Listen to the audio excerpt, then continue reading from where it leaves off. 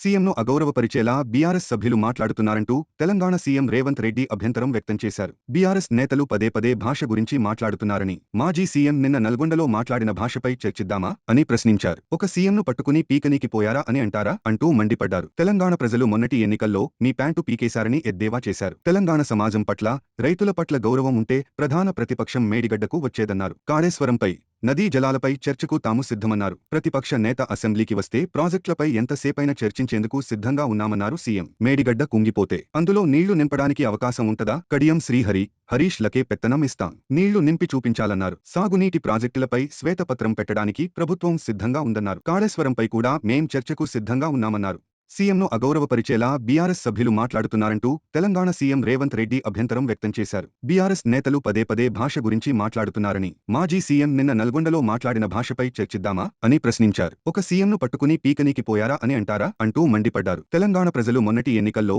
మీ pant పీకేశారని ఎద్దేవా చేశారు. తెలంగాణ సమాజం పట్ల, రైతుల పట్ల గౌరవం ఉంటే ప్రధాన ప్రతిపక్షం మేడిగడ్డకు వచ్చేదన్నారు. కాళేశ్వరంపై, నదీ జలాలపై చర్చకు తాము సిద్ధమన్నారు. ప్రతిపక్ష నేత అసెంబ్లీకి వస్తే ప్రాజెక్టులపై ఎంతసేపైనా చర్చించేందుకు సిద్ధంగా ఉన్నామన్నారు సీఎం. మేడిగడ్డ కుంగిపోతే అందులో నీళ్లు నింపడానికి అవకాశం ఉంటదా? కడియం శ్రీహరి, హరీష్ లకే పెత్తనం ఇస్తాం, నీళ్లు నింపి చూపించాలన్నారు. సాగునీటి ప్రాజెక్టులపై శ్వేతపత్రం పెట్టడానికి ప్రభుత్వం సిద్ధంగా ఉందన్నారు. కాళేశ్వరంపై కూడా మేం చర్చకు సిద్ధంగా ఉన్నామన్నారు.